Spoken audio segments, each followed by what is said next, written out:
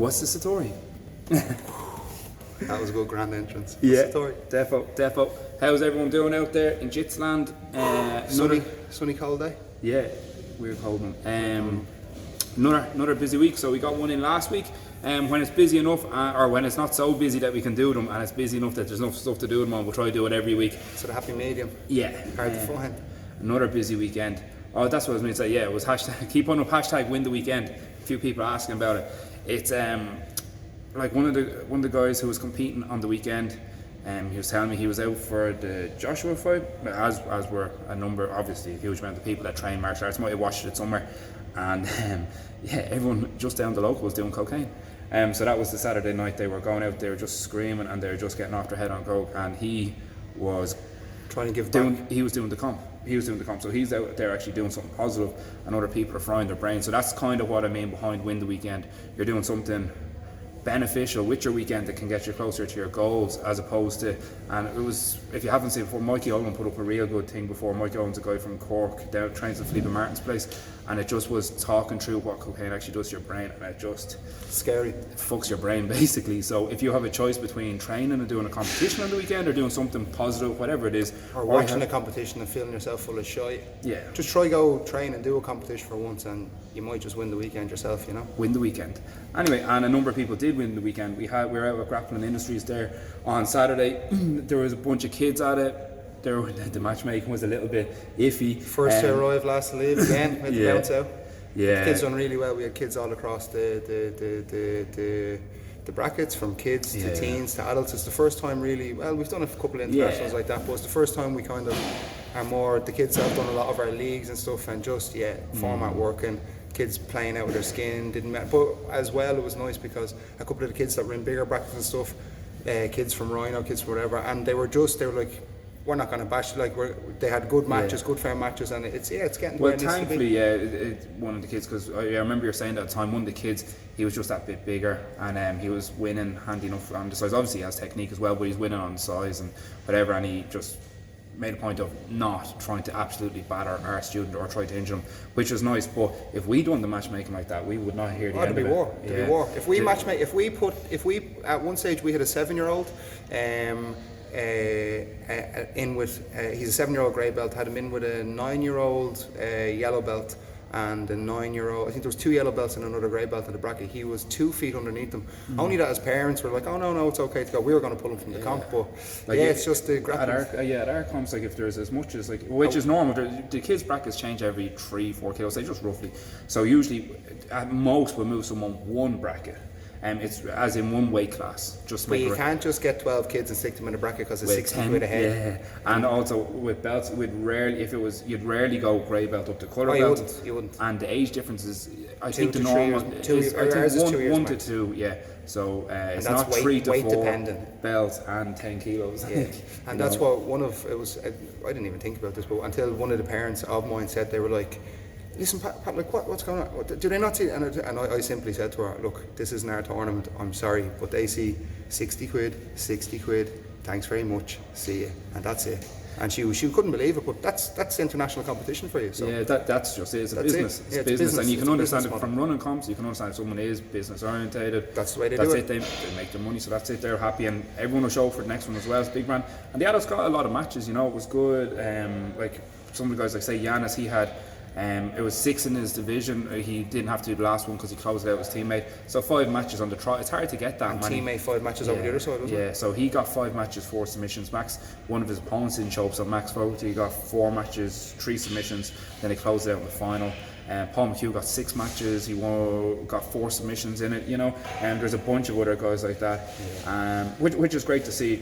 Great to see kids, teens, and adults all doing well and getting a bit of mojo back. And what you said though, but all year long it's clicking, like getting the mojo back. It's the kids, the teens, the adults that are working all year long, and most of them you wouldn't even know her on Instagram. Most of them you wouldn't even know her on Facebook. And Jennings. Matthew Jennings, the juggernaut, like he's been at every comp this year. Doesn't get the big balloons and whistles when he comes in, this, that and the other. That's the more people we're looking for. Like we get mixed up in a little bit these Instagram fires. Most of the lads that'll be sponsored athletes, delivered meals, bollocks, and they won't even show up on comp day. And then we have lads that can hardly afford a gi, and they're just training and just smashing it in. So take a look at yourself as a fighter, take a look at your training schedule, and what are you doing? Because fair enough, the last couple of years, you've got a fresh year next year. It's up to you. Year's not done. Year's not done. Yeah, well, let's win December. Yeah, Let's win December anyway. Yeah, so that was good. Oh yeah, definitely. And someone like Jennings, like it's just obviously most people don't want to go into his head or anything, but it's there's a certain amount of people just working around. They just come in, do the training, do the best they can in training, go out and do the competition, do the best they can in the competition, and that's it. It's fairly simple. They're not looking for loads of likes off it. They're just doing it, and that'll make the difference because the likes don't really count. Like if you get too caught up on the likes, and it's white belt competition, you're not even going to get to blue belt, let alone black belt. Next tournament you do, try pay for it with the likes. See what they say to you. Like, take that. And if it gets big enough, it might actually go that way. Yeah, true. Unfortunately. So then that was Saturday anyway, a bit of a blackout, but all good. And then Sunday you were at it again, down to Gamma. Yeah, down to Gamma. Yeah, fair play to the guys down there running that comp, doing the best they can. And it's a community, like it was obviously there's a difference. It was a community-based competition. Like they're there beside their gym. You can see the guys from the gym. See Carlos.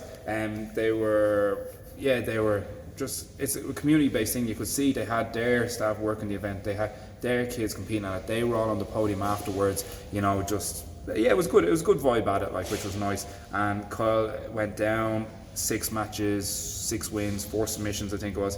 And I just put up a post on Instagram there. But the 2 guys are down training today, like. Kyle competed yesterday, had 6 matches, he's down today. Yanis competed on Saturday, and then he coached a number of the kids as well, and he's down today. So it's no surprise. And I was coaching Saturday, and I'm down today. Between me and Pat there was, but in fairness, between me and Pat there was, I think it was 95 matches at Grappling Industries to be cornered, and then there was obviously just 6 at Gamma. So that's like just over 100 matches the weekend, or thereabouts. So, and that's what I was just thinking standard. What you said, but Yanis 5 matches, Max 4, Kyle 6 and Paul 6. That's over 20 matches between 4 lads and across the weekend. Like. Yeah. A lot of gyms aren't even doing that competition wise across the year. Or we weren't back in the day. It's mad the way it's changed. Like. Yeah, getting there. One thing on that point, the 2 guys being back today, the thing that we notice time and time again, and you see it again, is the people that do better in the competition, they do more in training. And I know, like, there's just not much way about it. There's a number of, parameters of training. There's how long you've been training, how often you train in a week, the level of training you were getting, the level of training you're getting, how that falls down under how much you put into the training. So it's how much you put into training, how switched on you are, how good your training partners is as well. So that'd be 3, frequency of training, how many sessions you do in a day, and I'm after forgetting one now. But anyway, if you beat people on 2 of those 4, at least, I think there's 5, but if you beat 2 people on 2 of them, you're probably going to win. And most top level guys will at least be outstanding in 2 of those areas. And if you're not, you're probably not going to be outstanding. And that's unfortunately the reality of it. It's fortunate and it's unfortunate. It's fortunate because if you're willing to do that, you're probably going to be excellent. If you want to be excellent and you don't do it, you're just going to be pissed off with yourself forever because you didn't do it. Other people. Then you look for excuses for why it didn't work out. But that's pretty much it. It's how long you've been training, the standard of training. It's not just the standard of training, it's the standard of everything. It's your standards, your standard of your training partners, your standard of what you do outside of training, your standard of your focus in training, your standard of your preparation, standard of your sleep, everything outside of it. Then how long the training sessions are that you do, how often you do them. That's pretty much it. You pick at least 2 of them to excel at, and you'll excel. That's pretty much it on the comp scene. At the same time, we had a few guys out there doing the coaching courses. One was doing the MMA coaching course, another 2 were doing the judging. That was Saturday as well, yeah. So a good few different things going on the same weekend. And that seems like it went pretty good, and hopefully we have a few judges in on the MMA scene, so that should be interesting. We start getting those decisions. We'll have the judges at the shows, we'll get the decisions. No, never leave it in the hands of the judges. Yeah, but it was actually nice because I got a mail off one of the lads that was at it on Saturday just saying he was out there. It was some crack, it was real informative. They said that there's a market there because there's not many Irish referees, and is there any chance they could start maybe or getting some experience and stuff, and sure we'll have lads that can get a little bit of experience at the leagues now, and sure it's full circle complete, like at least we can all move on together. Yeah, it's something I have noticed about all the a lot of the MMA stuff is there is a good community there. When we go out to it like that with the rules or the thing, the guy saying about how that the atmosphere or whatever was just good. It seems to be like that across it all, like the training days, the trips away, the courses, all of it. There is a community there. There is a sense, there's a sense of community there, which is brilliant. And it's great to be a small part of that. What else have we got? Oh, well, the big one was Pat started teaching in the schools recently. 2.0, here we go. Yeah, no, I have the paperwork now, so it's handier to get into the schools. But no, we're very lucky because we've done a lot of proposing and a lot of ideas and stuff. But we're after getting into Hartstown Community School with every year group. So it used to just be like, oh, you get a transition year group, or the first years or whatever. So. Jordo! Just keep it down there a little bit, will you? Whoever's shouting down there, the voice just changed. It's you killing your bollocks! That's third time! We're in the middle of the video! Yeah, that's... Nice one! Sorry about that, folks. Sorry about that. You can only ask twice nicely, you know. After that, it's... the noise travel's so weird in here because it's such a big unit. It's haunted. And then they start talking over each other so much. Yeah, now it's too quiet. Yeah, so it's up to Hartstown School, but we got every year group, so we're in there for 6 weeks. Now Hartstown is only about 10 minutes from our gym here, about 5 minutes from our family home. A few of the guys came from there, like Jamie Dixon is the standout one who's helping with the coaching now. He's from there. Jamie Nolan, there's a bunch of them. Adrian, who we're bringing away. We have a couple of teenagers working really hard, you know, and a lot of them that don't get a lot of opportunities that a lot of other people might get, and they've won the world championships now and stuff over in England. So that's, I say, the school where might have heard about Satori in a positive light over the last couple of years, which made it helped us get a foot in the door. So it's helping their students. Just the work's coming back tenfold that we've been doing, and we're after 6 year groups, one training session a day, over a 5 week course with a kind of an introduction or a kind of certificate stuff at the end, and we'll see how the first one goes, and then we hope to roll it out again and again. And we've been in contact with other schools, and like in Abu Dhabi and in the United Emirates, it's mandatory in schools. Like it's mandatory in a lot of PE in the school system. So. Yeah.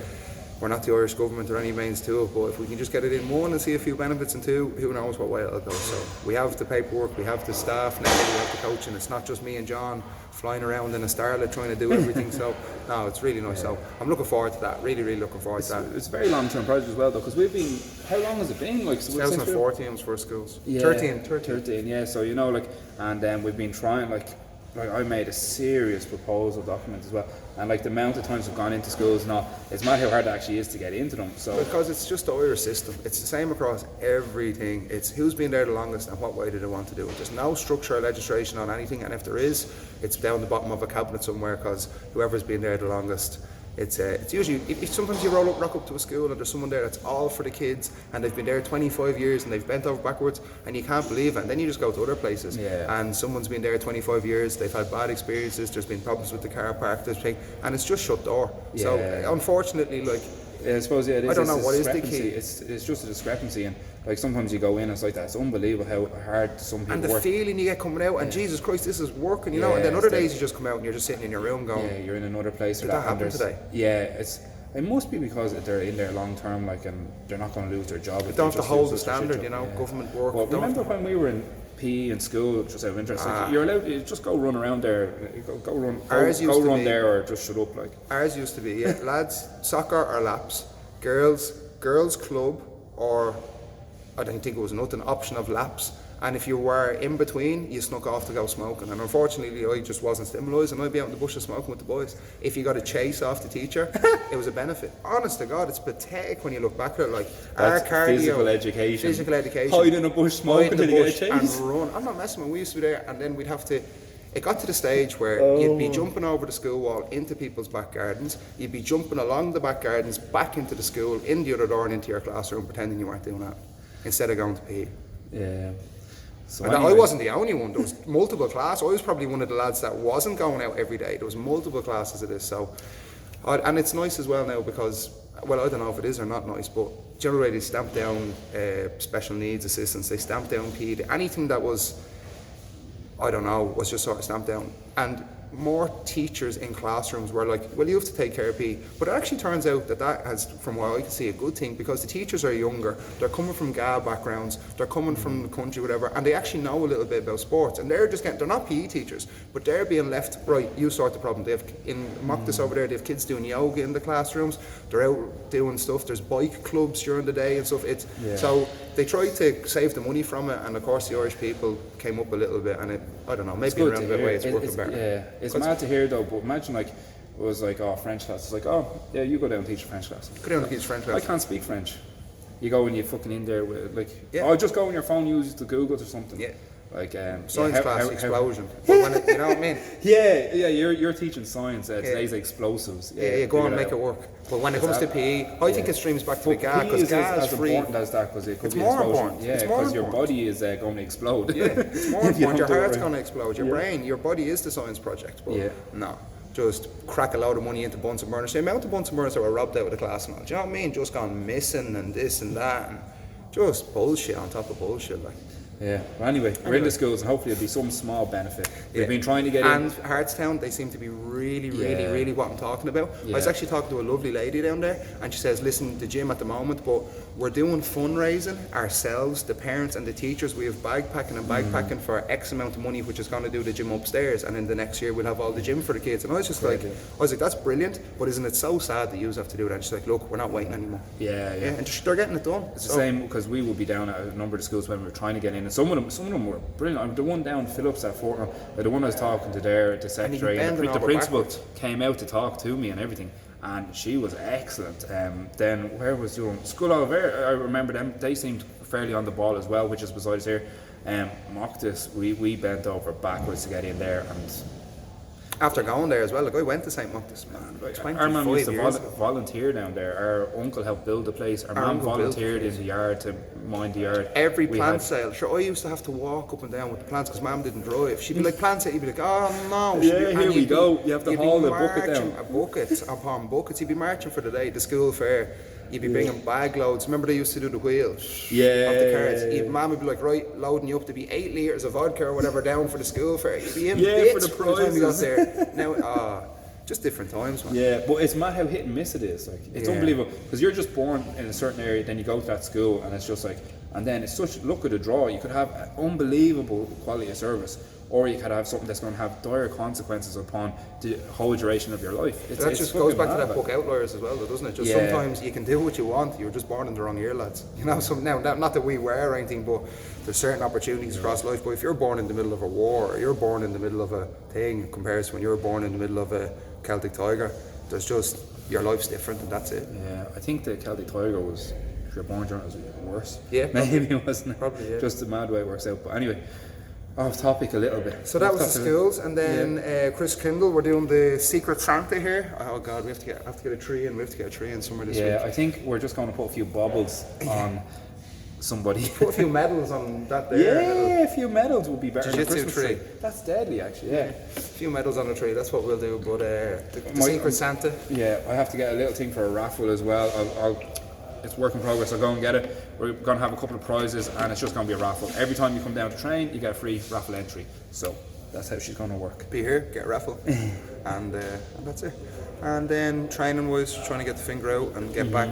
My knee's feeling pretty good. I know you were getting there as well.